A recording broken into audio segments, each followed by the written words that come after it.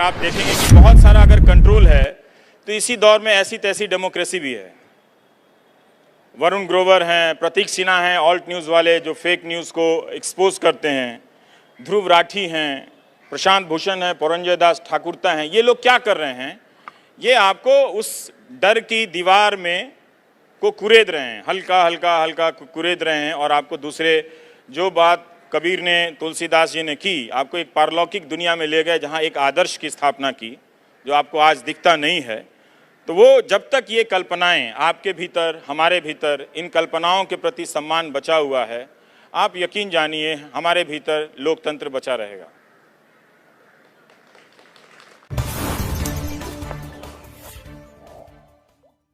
शुक्रिया आप सभी का।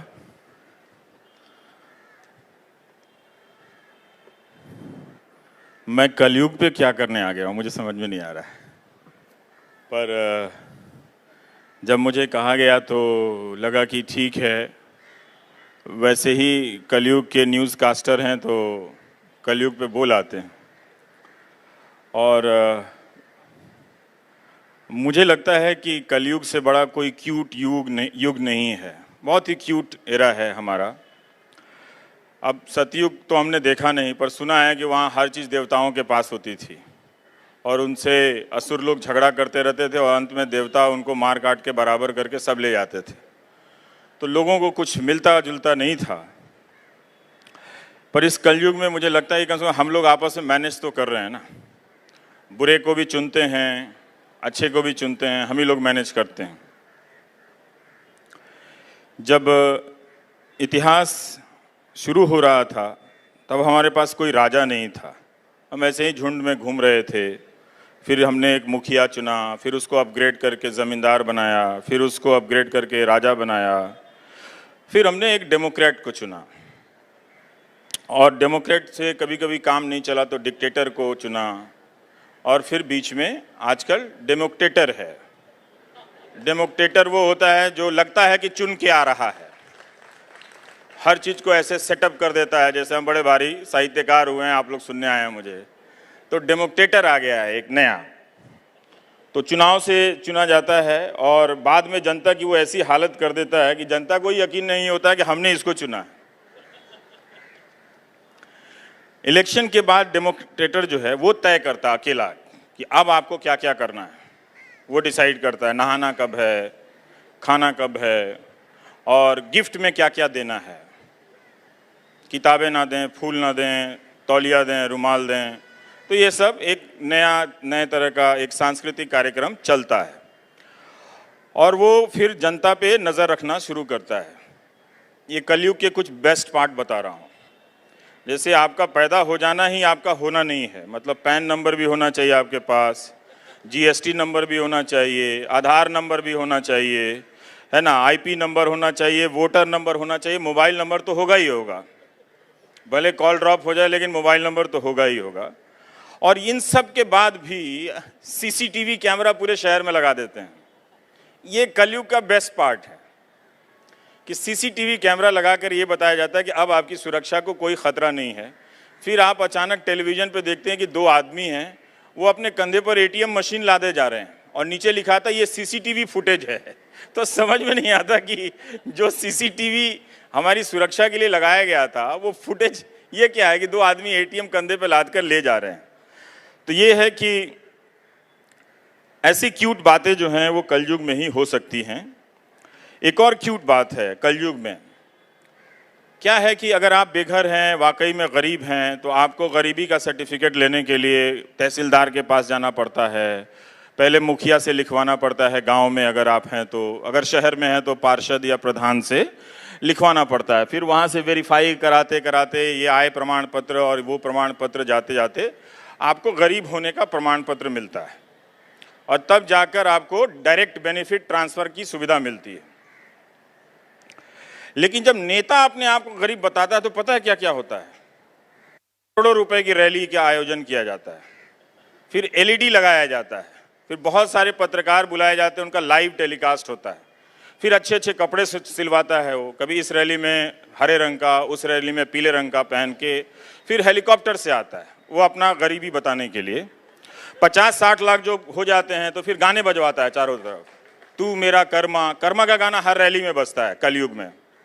तो अचानक वहां पर आप खड़े हैं, जिंदाबाद करने गए हैं, तू ही मेरी जान है, तू मेरा सब कुछ, कर्मा का गाना सुनते सुनते आप ट्रांस में चले जाते हैं।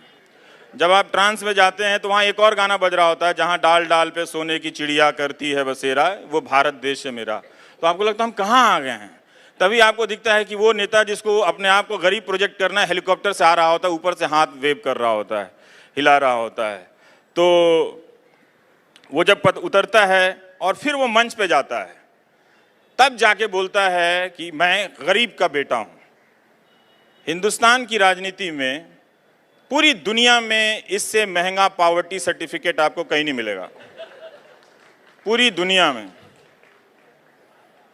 50-60 करोड़, उसमें कई सारे लेवल के संपादक बैठ के रो रहे होते हैं, गरीब का बेटा आ गया है, ये देखो गरीब का बेटा आया, यहाँ पर एलईडी स्क्रीन पर दिख रहा है, कितना अच्छा भाषण देता है, कपड़े देखो उसकी अच्छी है, कितना अच्छा है। तो ये सारा करके, ये सब क्यूट युग में ही हो सकता है जिसे हम लोग कलयुग कहते हैं, और कहीं तो हो नहीं सकता है, क्योंकि इतना डेमोक्रेटिक स्पेस कहाँ मिलता है कि आप अमीर होने से, अंबानी जी अगर आज चाहें तो आप गरीब नहीं घोषित कर सकते हैं, लेकिन नेता अगर चाहे, भले ही सारा पैसा किसी और के पास हो, किसी उद्योगपति के पास, तो वो उसका छोटा सा परसेंटेज खर्च करके अपने आप को गरीब बता सकता है। मैंने अपने पूरे पॉलिटिकल जर्नलिज्म, छोटा सा हिस्सा है, उसमें एक भी नेता को नहीं देखा जो खुद को गरीब कहता हो, और सरकार ने गरीबों की मदद की जितनी भी योजनाएं बनाई है उसका कोई लाभार्थी हो। एक भी नेता नहीं दिखा मुझे। या वो उज्ज्वला योजना से गैस का कनेक्शन लेता हो, या वो इंदिरा आवास योजना से उसने मकान लिया हो, ऐसा नहीं। जो बड़े स्तर पर अपने आप को गरीब कहते हैं, ये हमको दिखा नहीं आज तक। तो ये जो है, अचानक उनको याद आता है, जब 15-16 साल तक वो राजनीति में रहते हैं, अचानक याद आता है कि ओह माय गॉड, मैं तो गरीब का बेटा था, माँ मैं गरीब का बेटा हूँ, मैं गरीब का बेटा हूँ। पूरा देश कहने लगता है हाँ ये गरीब का बेटा है, हाँ ये गरीब का बेटा है, बुलाओ जावेद साहब को, सलीम साहब को, एक गरीब का बेटा मिल गया, लिखे नया एक स्क्रिप्ट, गरीब का बेटा मिल गया है, चलो वोट दो, गरीब का बेटा मिल गया। ये कलयुग में हो सकता है, सतयुग में नहीं हो सकता। सतयुग में तो कोई गरीबी नहीं दिखता था, तो सर्टिफिकेट की क्या जरूरत थी। भगवान जी आए, हम तो नहीं मालूम भगवान जी का क्या जरूरत है, नहीं जरूरत है।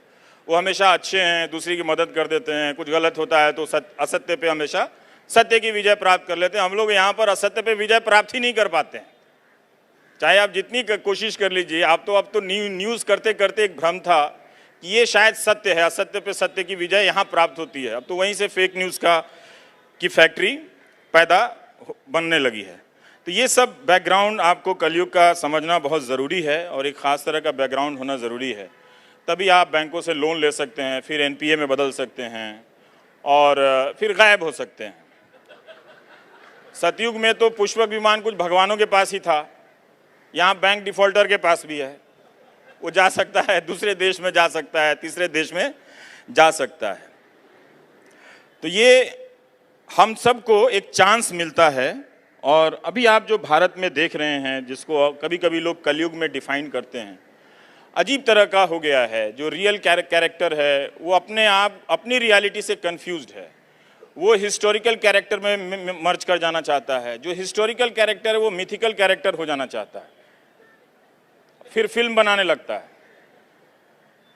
अब यहाँ भी एक सेना चल रही थी ठीक ठाक, जो सीमा पर होती है, जो गगन में हमारी सुरक्षा, एयरफोर्स है, नौसेना है। अब उनको लगा भाई ये सेना तो ठीक है, भीतर की भी कोई एक सेना बना लेते हैं। तो वो सेना जो है उसका काम दूसरा है, वो पोस्टर फाड़ती है, सर फोड़ती है, आपको सेट जाके तोड़ देती है, इस तरह का सेट वेट। तो ये कलयुग का ही सीन है कि इतना लाइव आप देख सकते हैं कि हिंदुस्तान में आजकल आप पोस्टर फाड़ के आप हिस्टोरियन बन सकते हैं, और सर फोड़ के देशभक्त। ये दो काम कर दें तो आपको कोई क्वेश्चन नहीं करेगा। कहीं भी पोस्टर हो फाड़ दीजिए, आपके मोहल्ले का किसी का भी लगाओ, फाड़ दीजिए, बोलिए ये गलत है। आपको तुरंत टीवी स्टूडियो में बुलाया जाएगा और कहा जाएगा ये हमारे मोहल्ले का हिस्टोरियन है, ये कह रहा है कि इसकी सेंटिमेंट हर्ट हो गई है, ये हिस्टोरियन है। और एंकर आ जाता है कोट पहन के, जो मैं पहना हुआ हूँ इतनी गर्मी में भी, और वो फिर वो आकर सबको बताता है कि हिस्ट्री ये डिसाइड करेगा, ये डिफाइन करेगा।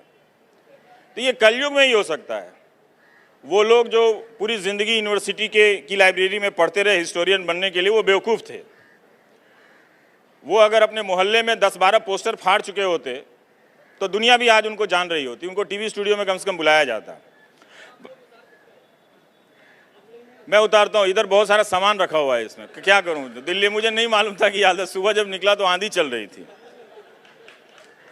और एक और बात है कि कलयुग में बोलने का मौका मेरे जैसे लोगों को कलयुग में ही मिल सकता था, और तो कहीं चांस मिलता नहीं।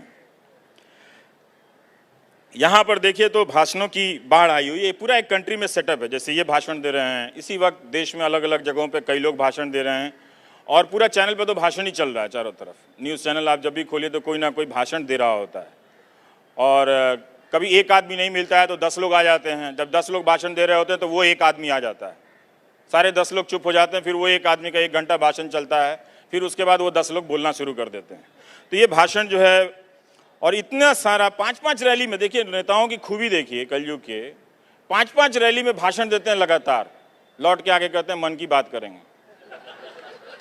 भाई साहब, किस हार्ड डिस्क में आपने इतना बचा के रखा हुआ है मुझे बताइए, मैं तो मिलना चाहता हूं आपसे। ये इतनी सारी बात जो सुबह से आप 10 रैलियों में बोल गए, ये मन की बात के लिए कौन सी बात बचा के रखी थी आपने? कहा, मुझे आज तक पता नहीं चलता है।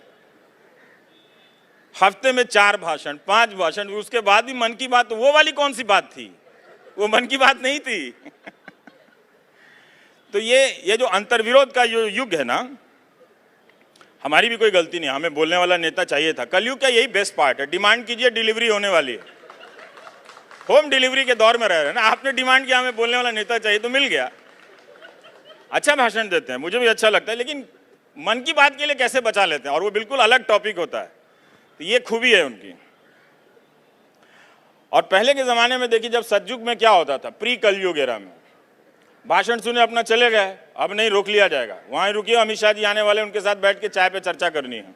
अब बताइए, क्लासरूम में प्रिंसिपल आ जाए तो कोई चर्चा कर पाएगा क्या? पहाड़ा रटने लगा, 2 का 2, 2 दूनी 4, 2 दूना कि नहीं, 2 तिहाई 6, 2 चौका 8 रटने लगेगा ना, भाग यार यहाँ से। तो अब आपको भाषण सुनने के बाद घेर के वहीं पे बैठाया जाता, मैं यहाँ बैठा हूँ, चाय पी रहा हूँ, आप भी चाय पियो और चर्चा करो मेरे सामने। तो ऐसा चर्चा भी देखिए, उसमें सीसीटीवी के कैमरे के दायरे में आ गई है। और ये सब हम लोग लाइव करते हैं कि 25 जगह पर लोग उतरे हुए हैं देवदूत की तरह, और लोगों को घेर के 15 लोग बैठे हुए हैं, फिर रेडियो से आकाशवाणी होती है, फिर चाय पे चर्चा हो रही है वहाँ पे। तो इससे क्यूट एज बताइए कब था? इतना शानदार, लोग रोते हुए मिलते हैं, रो क्यों रहे हो? इससे शानदार, एंटरटेनिंग, फनी टाइम कभी भी नहीं था। बेस्ट टाइम हम लोग हिंदुस्तान के दौर से गुजर रहे हैं। ये सिर्फ कलयुग में हो सकता था। सतयुग में तो सब था, लेकिन माइक नहीं था, मैंने कभी देखा नहीं। हवाई जहाज की चर्चा सुनी है मैंने, प्लास्टिक सर्जरी की भी चर्चा सुनी है, पुल बनाने की भी चर्चा सुनी है, लेकिन माइक की चर्चा हमने नहीं सुनी। वो आकाशवाणी हो जाता था अपने से, वो कहीं ब्रेक हुआ होगा तभी हमने ये वेवलेंथ वाला कुछ डिसाइड किया। तो ये है कि जब मुझे कहा गया कि आपको टाइम्स लिट फेस्ट में कलयुग पे बोलना है, तो पहले मैंने मना कर दिया था। सच बात यह कि मैं क्या बोलूँगा कलयुग पे। फिर मैं तैयारी करने लगा, क्योंकि लगा कि ये एक चांस की बात है। अगर कलयुग पे मेरा भाषण हिट हो गया, सोच लीजिए आप लोग, अगर यहाँ का दिया हुआ भाषण अगर हिट हो गया तो मेरा आटा और बिस्कुट खूब बिकेगा। मैं सच बताता हूँ, मैं दुनिया का पहला 0 टीआरपी एंकर हूं, कुछ बिक ही नहीं रहा है मेरा। 0 टीआरपी एंकर दुनिया में आपको पहला मिलेगा। तो इसीलिए मैंने तैयारी की कि चलो रवीश, आज तुम मेहनत कर लो, एक दिन एक भाषण की बात है, तुम्हारा आटा, तेल, कोई भी तेल पंसारी की दुकान से लेकर अपना नाम लगा देना और बिक जाएगा। फिर बाबा लोग धूप घी अगरबत्ती पहले से बेच भी रहे हैं, तो मेरा भी ऐड वैड निकलेगा। बोइंग से उतरूंगा मुंबई एयरपोर्ट पे, एक हाथ में कुकर होगा, दूसरे बगल में स्कूटर होगा, ऐड दे रहे होंगे, सरसों तेल भी मेरे नाम का होगा, अगले साल मैं स्पॉन्सर भी हो सकता हूँ। तो इसलिए मैंने बहुत चांस अपना लगाया, दिमाग लगाया कि कलयुग पे बोलना है, बेटर बी प्रिपेयर्ड। तो इसको लाइटली नहीं लेना है। तो मैं कमरे में बंद हो गया, तैयारी करना शुरू किया और कलयुग को रोमांटिसाइज किया, फैंटिसाइज किया कि क्या हम इस एज में कलयुग की मार्केटिंग कर सकते हैं, क्योंकि जब से ये वेस्टर्न वाले आए हैं, अंग्रेजी शिक्षा आई है, उसने कलयुग को बहुत बैड लाइट में प्रेजेंट किया है। आजकल सारी हिस्ट्री राइटिंग इसी से शुरू हो रही है, रिवीजन, कि वेस्टर्न आइडियोलॉजी ने हमें बैड लाइट में प्रेजेंट किया है, हमारी कल्चर को, ये को। तो ये कलयुग हमारे कल्चर का, हमारा मैथमेटिक्स का, एज की जो काउंटिंग है उसका एक देन है। तो मैंने सोचा कि इसीलिए कलयुग पे एक तैयारी करनी ज़रूरी थी मेरे लिए भी। मेरा एक सपना है, ध्यान से सुनिएगा, आपका भी होगा। एक नहीं, बहुत सारे मेरे सपने हैं। मैं बचपन से ही सैनिक बनना चाहता था। एक पायलट बनना चाहता था, जहाज देखा तो घबरा गया, भाई छोड़ो भाई, ये नहीं होने वाला मुझसे। इसके अलावा teacher, cricketer, doctor, engineer, mummy papa, दोस्त, जिसको भी देखता था वैसा ही बनना चाहता था। आप लोग भी वैसा ही बनना चाहते थे। इस तरह के डाइवर्स ड्रीम रखा कीजिए। जब भी आप नेता बनेंगे ना, जहां भी जाएंगे आप उससे मैच करा दीजिएगा। अरे बच्चों, मैं तुम्हारे बीच आया, मैं बचपन से ही बच्चा बनना चाहता था। यही हो सकता है। सब कुछ ऐसा, जो भी सपना आज आप देख रहे हैं, वो आपका कभी ना कभी देखा हुआ होना चाहिए, तभी आप लोगों से कनेक्ट कर पाएंगे।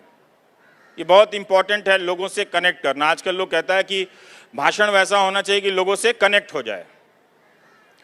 तो आपने बहुत सारे जिंदगी में ड्रीम देखा होगा, इंजीनियर बनने का तो सबको दिखाई दिया जाता। अब मैं बोलूँ मैं बचपन से इंजीनियर बनना चाहता हूँ, यहाँ पर 100 लोग कह देंगे हाँ हाँ हम भी बनना चाहते थे, क्या हुआ, तुम क्यों नहीं बने।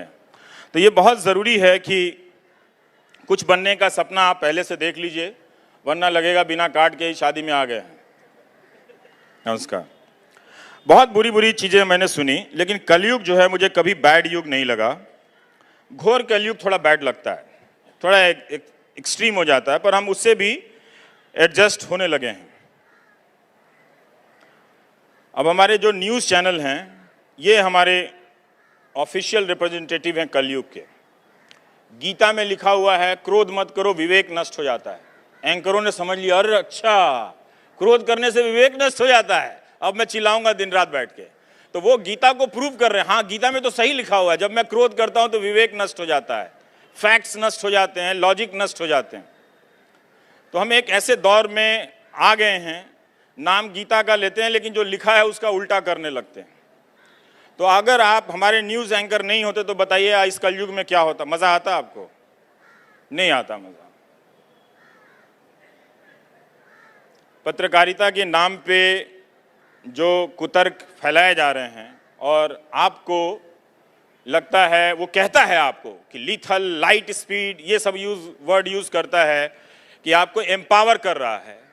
दरअसल वो आपको एम्पावर नहीं कर रहा, वो आपको आपकी सिटीजनरी से, सिटीजनशिप से, आपके नागरिकता के बोध से अलग कर रहा है।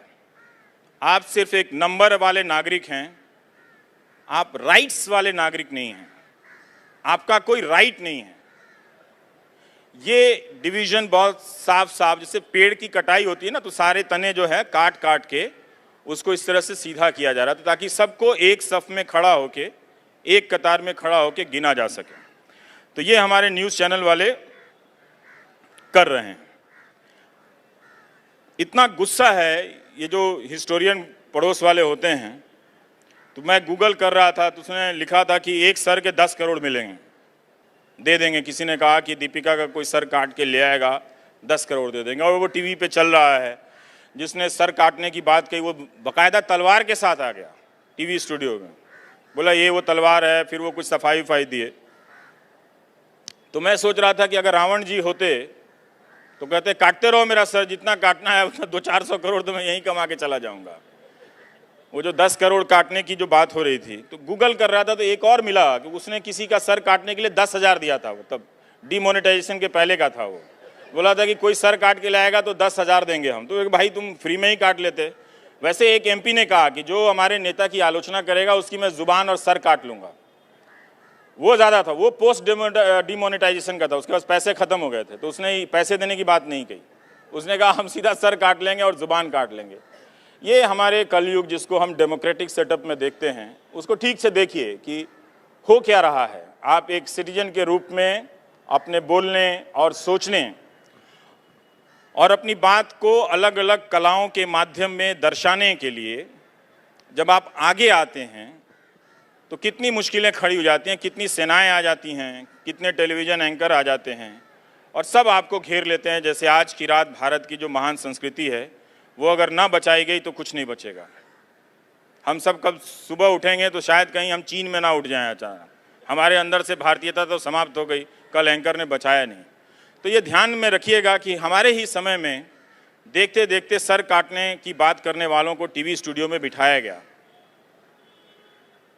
और ये जो मीडिया है, जो कलयुग का जो एक हासिल था डेमोक्रेटिक स्पेस, सब ने लड़कर अपने अपने, यही तो खूबी थी कि जब तक भगवान नहीं है सतयुग में तब तक हम लोग कुछ करते हैं, कोई जहाज बनाते हैं, कोई सिनेमा बनाते हैं, कोई कविता लिखते हैं, कोई इंजीनियर बनता है, कोई डॉक्टर बनता है, कोई पत्रकार बनता है। मीडिया जो है आपको भूसा में बदल रहा है धीरे धीरे धीरे करके। तो ये इस स्पेस को देखिएगा कि वो एंटी कलयुग है। कलयुग बेस्ट चीज़ है और लेकिन उसका जो मीडिया है आजकल वो आपके डेमोक्रेटिक स्पेस, थिंकिंग, बिहेवियर, हर चीज़ को चेंज कर रहा है आपको। तभी आप किसी बोलने वाले को हवाई जहाज में मिलते हैं तो धक्का देके चले जाते हैं कि तुम बड़ा विरोध करते हो। बताइए, मैंने उसको नहीं बताया कि मैं कलयुग पे बोलने जा रहा हूँ, पर तब मैं सोच रहा था, मैंने कहा ठीक है कोई बात नहीं। कुछ प्लस पॉइंट भी मैं आपको बता देता हूँ ताकि आपको बुरा ना लगे। हमें अक्सर लगता है कि जो ज़िंदगी है वो टेलीविज़न से या नेताजी के भाषण से या उनकी चुनावी जीत से सब कुछ डिफाइन हो रहा है। ऐसा नहीं है। बहुत ही शानदार मुल्क में हम लोग रहते हैं। कोई भी मुल्क अपने लिए शानदार ही होता है दुनिया का। बहुत लोग अपनी अपनी ज़िंदगी को अपने हिसाब से, बिना टेलीविज़न के इंटरवेंशन के, बिना किसी नेता के इंटरवेंशन के उसको डिफ़ाइन कर रहे हैं, ज़िंदगी को गढ़ रहे हैं, ज़िंदगी को नए नए मायने दे रहे हैं। इसी समय में ठीक है कि मीडिया आपको वहाँ तक नहीं जाने देता है ताकि आप ज़िंदगी की विविधता, डाइवर्सिटी, उससे जुड़कर अपनी कल्पनाओं को कोई और नया मुकाम, नया रंग ना दे दें। हम सबको एक नंबर में बदलना है। देखिए नंबर क्या है? नंबर मतलब उस भेड़ का एक नया नाम है। कहा गया कि भीड़ और भेड़ नहीं बनना है, नंबर आपको भेड़ बनाने की प्रक्रिया है। सब चीज़ का नंबर, जिसको आपको लगता है कि हाँ हमारी सिक्योरिटी के लिए नंबर बहुत ज़रूरी है सरकार को, जिसमें आप विरोध नहीं करते हैं, सवाल नहीं करते हैं, सोचते नहीं हैं। कहीं भी एक आधार कार्ड लेके लोग घूम रहा होता है। तो ये जो हालत है इसको आप समझिए। यही नंबरिंग की प्रक्रिया टेलीविज़न के ज़रिए की जा रही है कि आपकी डाइवर्सिटी ख़त्म करके एक number is equal to one ideology is equal to one नेता। बाकी सारे नेताओं का मजाक उड़ता है, बाकी सारे सवालों का मजाक उड़ता है। तो डेमोक्रेसी में एक तरह से ये नंबरिंग की एक प्रक्रिया चल रही है दूसरे तरीके से, और इसका नुकसान आपको दिखेगा। लेकिन फिर भी अच्छी बात यह है कि ज़िंदगी जो है, नए नए तरह के देवता लोग लॉन्च हो जाते हैं आजकल। जैसे मैं बनने की कोशिश कर रहा था, लेकिन जनता जो है वो पंचर कर देती है थोड़े थोड़े समय में। बहुत सारे नेताओं को जो दावा करते हैं कि वो देवता बन गए हैं, उनको लोगों ने पंचर किया है। तो हमें लोगों पे विश्वास करना चाहिए। एक ही चीज़ है कि हमारे आज के समय में कोई स्टैंडर्ड नहीं है। आप कोई भी स्टैंडर्ड बनाने का प्रयास करेंगे, उसको ध्वस्त कर दिया जाएगा, उसको गिरा दिया जाएगा। तुरंत चले आएंगे, कहेंगे कि ये रोड शो हुआ है, गलत हुआ है। तो कोई तवलीन सिंह बोलेंगे कि एमएस गिल को राज्यसभा कांग्रेस ने बनाया, तो ये रोड शो गलत हुआ है, उससे क्या लेना देना है? ये गलत हुआ है, सही हुआ, इसकी बात बताओ, फिर उसके बाद में तुलना कर लेंगे। क्या आप कह रहे हैं कि दोनों सही हुआ है, या आप कह रहे हैं दोनों गलत हुआ है? तो साफ साफ बोलो, ये भी गलत हुआ है, वो भी गलत हुआ है। तो ये इज इक्वल टू की थ्योरी हो रही है। ये भी नंबरिंग है। सबको एक जैसा बना दो, हर सवाल को एक जैसा बना दो। आप बोलो आज गर्मी लग रही है, हाँ तो 2014 के पहले भी गर्मी लगती थी। तो सबकी सारे सवाल, सारे जवाब की एक नंबरिंग हो रही है। हर सवाल को एक ही पैटर्न में, आप कोई सवाल पूछिए, 4 प्रवक्ता आ जाते, उस सवाल का जवाब नहीं देते हैं, वो बकना शुरू कर देते हैं। वो पूरा गूगल करके लेके आएंगे और वो बताएंगे देखिए 83 में उन्होंने ऐसा किया, 93 में उन्होंने ऐसा किया, 2017 में हम ऐसा कर रहे हैं। तो ये नंबरिंग है, लॉजिक का, रीज़न का और क्वेश्चन का और आंसर का।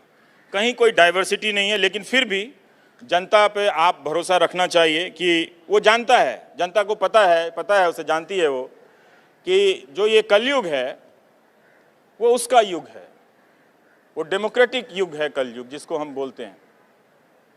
नहीं तो वो किसी सामंतों के नीचे दब रही होती, कुचली जा रही होती, किसी तानाशाह, किसी राजा, किसी बादशाह, किसी अंग्रेज़ी हुकूमत के नीचे कुचली जा रही होती। तो उसने अपनी आवाज़ की जगह मांगी कि जो बातें देवता बोल सकते हैं, जो नैतिकताएं उनके हिस्से में है, उन नैतिकताओं को हम भी हासिल कर सकते हैं, उन बातों को हम भी छू के देख सकते हैं, उन मंजिलों तक हम भी पहुंच के देख सकते हैं। इसीलिए आप जब भी देखिएगा कि जब भी साइलेंस बहुत गहरा होता है, चुप्पी बहुत गहरी होती है, आवाज़ सुनाई देती है। वो आवाज़ बड़ी ना हो ये और बात है। जस्टिस लोया की मौत की घटना के बारे में जब कैरवान ने रिपोर्टिंग, तो चुप्पी पसर गई चारों तरफ। लेकिन उसी में 10 वकील धरना दे रहे हैं लातूर में, 15 लोग आज़ाद मैदान मुंबई में बोल रहे हैं, कोई एक रिपोर्टर है जो उसको छाप रहा है, लिख रहा है, वो स्पेस लेने की कोशिश कर रहा है। छोड़ दीजिए स्टोरी क्या है नहीं है, वो जो साइलेंस है, डर है, उसके खिलाफ कोई ना कोई बोलने की कोशिश कर रहा है।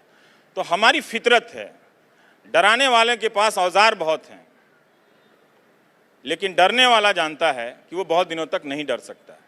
तो वो आवाज़ आने लगती है धीरे धीरे। कुछ लोग यही लिखने लगते हैं, बहुत सारे वेबसाइट जो नहीं रिपोर्टिंग कर सकते हैं तो वो यही लिखना शुरू कर दिया कि कौन कौन नहीं बोल रहा है।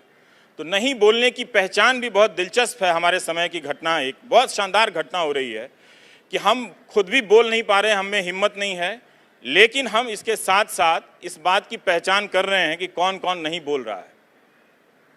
ये हमारे टाइम, और ये हम रिकॉर्ड कर रहे हैं अपनी स्मृतियों में, जो शायद बाद में काम आएगा। ये हमारे समय की सबसे अच्छी खूबसूरती है कि हम अपनी चुप्पी को दर्ज कर रहे हैं। पता है हमको कि हम चुप हैं, हमने अपनी बुद्धि और विवेक अभी नहीं खोया है। और अगर बहुत डर का हो भी जाए तो क्या होगा? आप जरा तुलसीदास जी के ज़माने का को याद कीजिए, कबीर जी के ज़माने को याद कीजिए, मीरा हैं, सूरदास हैं। इन लोगों ने क्या किया? जब समाज में इतनी बंदिशें थीं तो वो अपनी रचनाओं के ज़रिए अपने लोगों को किसी दूसरे लोक में ले गए, और दूसरे लोक में ले गए। वहाँ पे उन्होंने जात पात धर्म सारी दीवारें तोड़ दी और आदमी की पहचान को अलग लेवल पे ले आकर वो उसकी व्याख्या करने लगते हैं कि हमें इनसे मुक्त होकर उस स्टेज तक जाना है। ये हमारे देश में बहुत पहले हो चुका था, ये हमारे देश में आज भी हो रहा है। किसी पारलौकिक दुनिया में ले जाना, अगर आप देखेंगे कि बहुत सारा अगर कंट्रोल है तो इसी दौर में ऐसी तैसी डेमोक्रेसी भी है। वरुण ग्रोवर हैं, प्रतीक सिन्हा हैं, ऑल्ट न्यूज़ वाले जो फेक न्यूज़ को एक्सपोज करते हैं, ध्रुव राठी हैं, प्रशांत भूषण हैं, पुरंजय दास ठाकुरता हैं। ये लोग क्या कर रहे हैं? ये आपको उस डर की दीवार में को कुरेद रहे हैं, हल्का हल्का हल्का कुरेद रहे हैं, और आपको दूसरे, जो बात कबीर ने, तुलसीदास जी ने की, आपको एक पारलौकिक दुनिया में ले गए जहाँ एक आदर्श की स्थापना की जो आपको आज दिखता नहीं है। तो वो जब तक ये कल्पनाएं आपके भीतर, हमारे भीतर, इन कल्पनाओं के प्रति सम्मान बचा हुआ है, आप यकीन जानिए हमारे भीतर लोकतंत्र बचा रहेगा। जब तक आप रोमांटिसाइज कर रहे हैं, फैंटेसी में हैं, डेमोक्रेटिक हैं। अगर इस ट्रैफिक जाम में अगर आप फंस भी गए हैं तो आप अपनी कल्पनाओं से, आपको वो फितरत हासिल है मनुष्य होने के कारण कि आप समुंदर के उस पार अपनी कल्पनाओं में घूम सकते हैं। और मुंबई के इस स्टूडियो में तो ऐसे न जाने कितने गाने शूट हुए होंगे, है ना?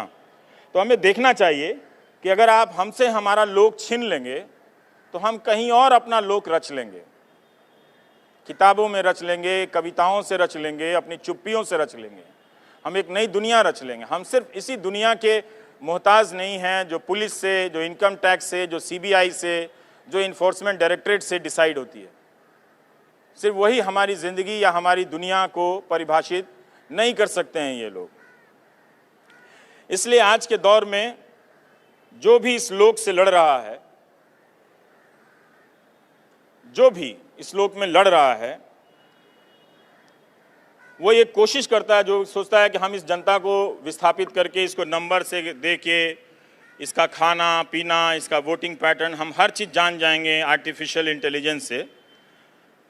वो देखिए वो एक खतरनाक आग में फंस रहा है वो, और कोई भी अंत में नहीं चाहेगा कि अपनी आज़ादी हम फिर से उस गुलामी की तरह जीना शुरू कर दें।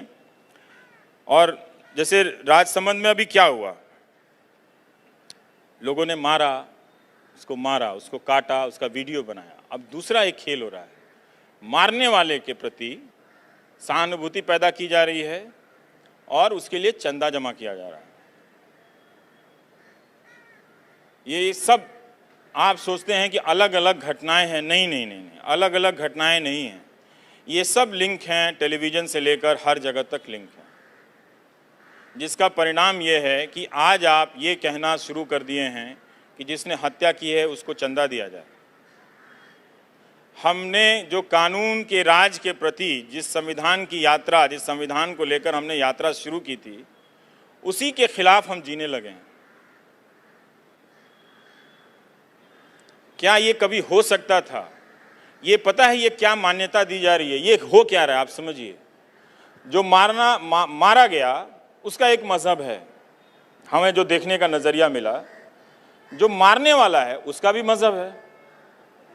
तो मारने वाले के लिए जिस मजहब से आते हैं, एक को मारने के लिए कितने हत्यारे बन गए? क्या आपको पता है कि आपके बीच में कौन सा आदमी पोटेंशियल हत्यारा बन के बैठा हुआ है? ये जो सांप्रदायिकता है पहले क्या करती थी? पुराने पत्रकार लोग हैं यहाँ पे, कुमार केतकर साहब, पूछिए कि भीड़ की भीड़ लड़ती थी, नेता लड़ते थे।